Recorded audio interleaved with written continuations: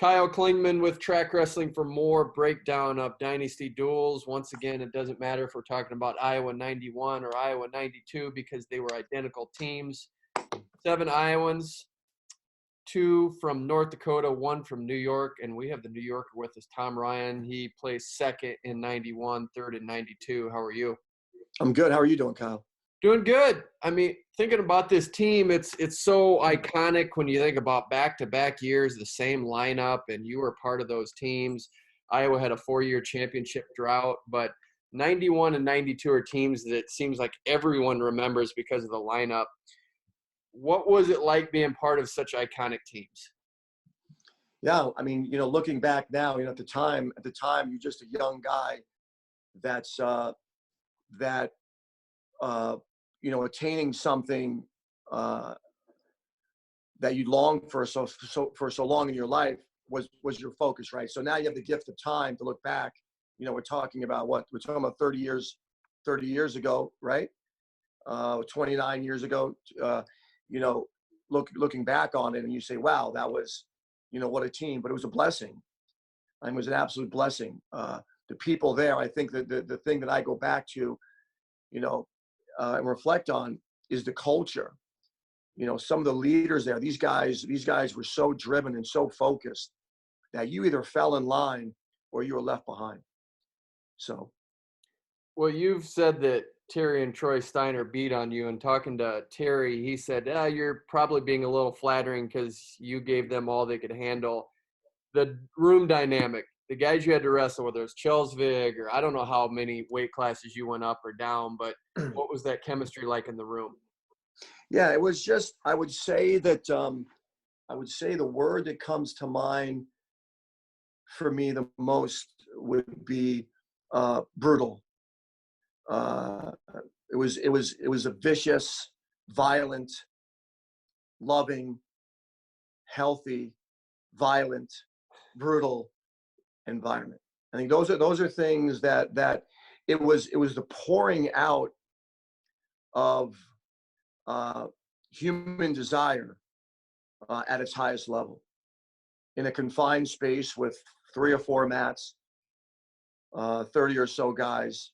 And it was when you get that pouring out of desire, you get something really unique and special. And the Brands and the Steiners were the center of that.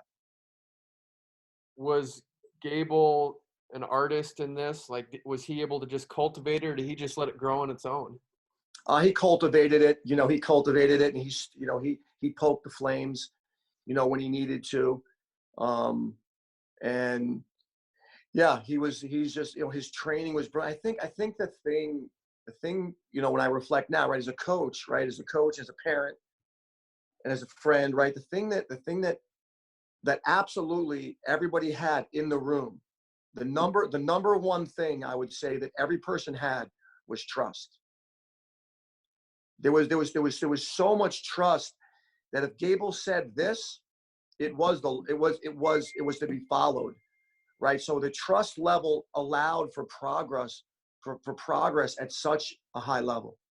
Now you get the right-minded people, that trust, and great progress happens. And I think for me, I was just talking to this recruit a little while ago, and for me to leave a full scholarship, right? Let's say it's not me. It's just somebody else. You're on a full scholarship. You're going to leave someplace and go someplace where the guy in your weight class was just 5th in your weight. I mean, we had 11 returning All-Americans in 92.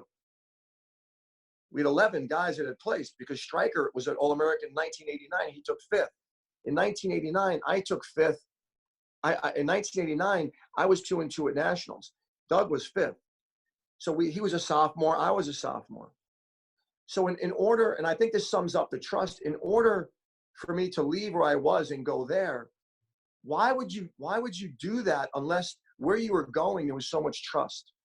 And I just trusted Gable. And I think that was the foundational piece of the magic at that time. Well, you use the word magic, and that's what I wanted to ask is there a magic to Dan Gable? I think that Dan Gable stands for all of the pillars, all of the traits of successful people. I think when I think about Dan Gable, one he's honest, right? One two, he not one. One was he was honest. He was truthful. He was always he lived what he was talking about. I mean, he didn't just talk about it; he lived it. So there was trust in him that that what he was saying he understood completely, and he had proof in his life of doing what he was talking about. I mean, that was just for me personally. That was so valuable. He attracted because of what he did. He attracted people, right? Mass attracts mass. Gable had a huge mass, and he attracted people that, in some degree, were all gladiators, right? I mean, you wouldn't go there unless listen, he was a gladiator. I want to be a gladiator, and he represented all of the things that each of us at that time wanted. And the other thing that we had was, listen, the Brands didn't drink. The Steiners didn't drink. Most of the team, listen, we weren't party guys. It wasn't about partying. I'm not going to say the guys would go out and have some beers, right? But the reality was, it was the things that get the elite, right? There wasn't a problem. Well, you could be a great wrestler, but you can't control your life outside of the wrestling room. That will get you ultimately. That wasn't something that was going to get this team. The only thing that was going to get this team was an injury, right? Was an injury, and that didn't happen. Speak to the Brands brothers specifically, because you're talking about two guys from Sheldon, Iowa, Northwest Iowa, not the epicenter of any wrestling universe in any way, that go on to set record-breaking performances, world and Olympic champions combined, 5 NCAA championships. What made them unique? So I think there was some, you just I'm kind of a dork about studying, just elite traits. And for one, they were extreme competitors, and losing caused so much suffering in their life. They hated it so much that there's nothing they wouldn't put their body through to ensure that nothing they faced in competition was tougher than they would face in practice. So that's one thing. I mean, they were just extreme competitors, and their ability to take their body to a place of discomfort, their suffering rate was incredibly high. They were very intelligent, great students, and just smart. They're intelligent people. So they had a high IQ. They had a high wrestling IQ. They knew what their strengths were, and they would exploit those, right? They would pour those onto their opponents. They loved it. They were great leaders. They were really good leaders, and it was really good for me, to be around them, because they never put something on a pedestal that your hand couldn't get to. Nothing was ever on a pedestal. And I think that's very debilitating for people. We put ceilings on ourselves, self-imposed ceilings, and they never did that. And as you know, I lived with Terry right away. I was living in a hotel in my car for a little while, a motel, found a friend, and then chose, Terry asked me if I wanted to live with him. And I mean, it wasn't even, he said yes before. I mean, I said yes before, it even came out of his mouth. So he was a great roommate for me. Are you as extreme as the Brands brothers? I would say yes. I think that I would say yes and no. I mean, for me, growing up, winning an Olympic gold medal was not something that, for me, winning a national, that was, I wanted to win a national championship. I think in terms of understanding discomfort and workload and competitiveness, I would say yes. I think maybe my perception is people's perception might be a little bit different, but I don't think that at any time during my college years I felt like anybody was willing to suffer as much, but equally. I mean, So with the 91, 92 teams, which we're talking about here, take us through an hour before a dual meet. You're in the resting room, you're in the locker room. What does that feel like if you're in that environment? Well, it was like, I mean, there was never an arrogance, because I mean, everybody there was just really humble. I mean, the brands had a really good faith in this. I think everyone was just really humble. So there was never an arrogance, in my opinion, from my vantage point. There was never a cocky arrogance, but there was this sense. There was no question. There was this sense that we're going to shake hands in an hour with somebody we're going to compete with, and this competition has already been settled.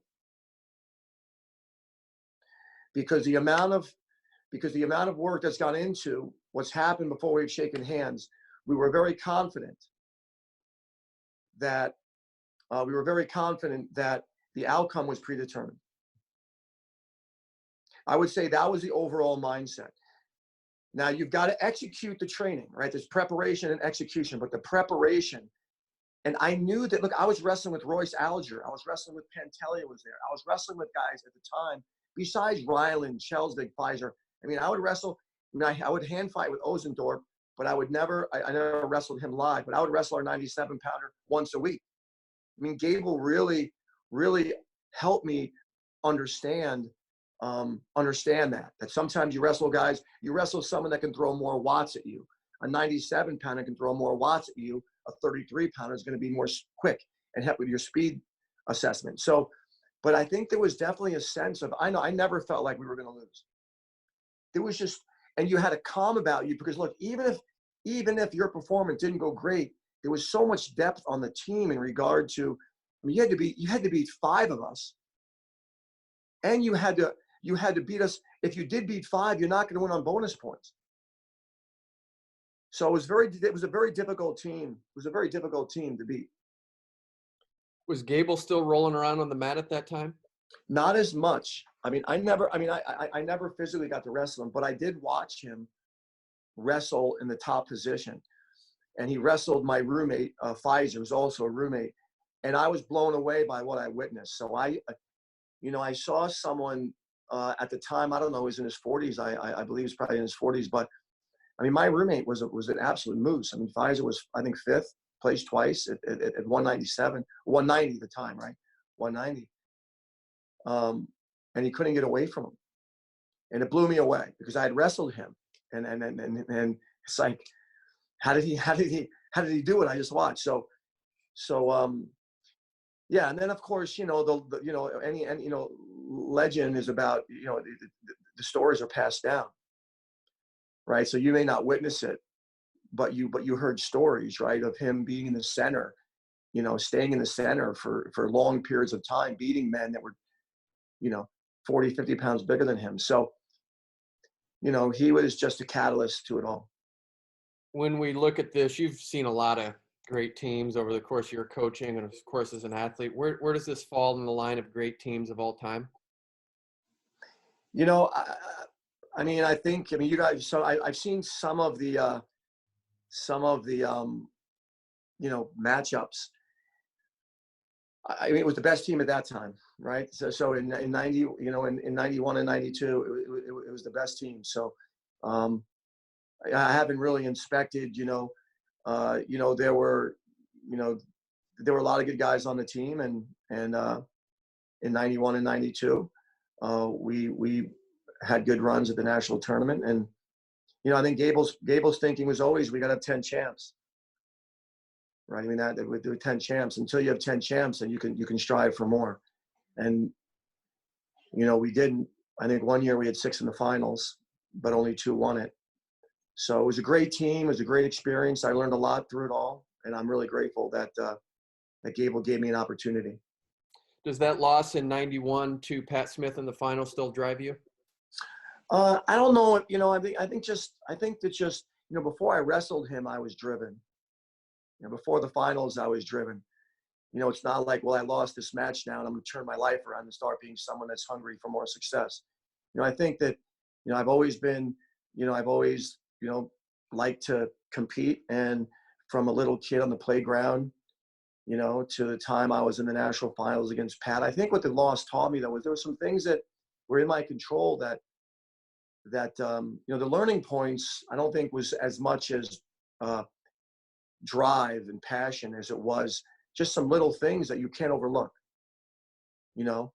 And that's just you know, your Achilles heel may not be, you know, we all have, you know, things that are lesser strengths, and your Achilles heel may not be the fact that, you know, you're not, you know, a passionate, psychotic lover of competition. It could simply be that your sleep habits are bad, or you allowed in the midst of a competition to celebrate too early, right, and think that you won the match, or your nutrition habits were bad. I think it made me, from a coaching standpoint, or you're in a relationship that's just, it's taking energy from you, right? So I think there are so many things at that level, that margin. You're up by a point with 30 seconds to go. You know, why don't you finish? Would you be the head wrestling coach at Ohio State if you didn't wrestle at Iowa? I don't know. I honestly, I don't know that. I know that I am now, and I do believe that it played a major role. And it's always about your attachment to the elite. And my attachment to Gable, without question, Indiana hired me because I was at Iowa, and then Hofstra hired me because I was under Gable. And you think that, you know, I was local also, so there's a lot of things that wouldn't play. But under Gable, if you're under Gable, I mean, you look at, right, you know, so I don't know if I would have or not, but I know that what I do know is that being under him without a question helped me get to Indiana and Hofstra and Ohio State. So I do know those things. I mean, there's no question. Let's just say Gable is healthy and not having to worry about hips, and he's still coaching to this day. Would he have adapted? 100%. I mean, he's a winner. I mean, no question about it. I mean, if he would, yeah, I mean, I don't think there's any question that a mind like that understands training, he was brilliant at understanding training. Like, people say, well, man, my body ached. Listen, my body ached, but I never remember being exhausted. But we trained so, but I never remember like, oh my God, I'm so tired today. He had a very, very good sense of when to push, when to pull back. His training to me was brilliant. So yeah, no, I don't think there's any question whether or not he would be a dominant force as, you know, as a coach now as he was back then. Well, and with this, just you think of the other 9 guys, or maybe 10 guys, or 10 other All-Americans. Who do you keep in touch with? Well, the Steiners are good friends. I mean, the Brands, I stay in touch with the Brands. The Steiners, Pfizer now and then, not as much. Zapital, you know, not as much, but I know what he's doing. I see I was on Facebook, you know. Let's see here. Ryland, you know, now and then he was in high school coaching, and Chelsvig, now he's out of coaching. I was a lot. He's at Wisconsin. You know, we don't have, you know, I don't get back to the reunions, you know, it's always because when there's a reunion, I'm coaching and I'm busy. But despite the fact that I don't see them often, there's a brotherhood that was, you know, there was a bond there that, you know, just because I'm not telling you how my marriage is going and, you know, how my kids are doing, you know, if they needed anything, I'd be there for them in a second. Thanks for breaking this down. A lot of fun to hear your take on such an iconic team, and we wish you all the best here at Ohio State. Thanks, man. Thanks, Kyle. Thank you.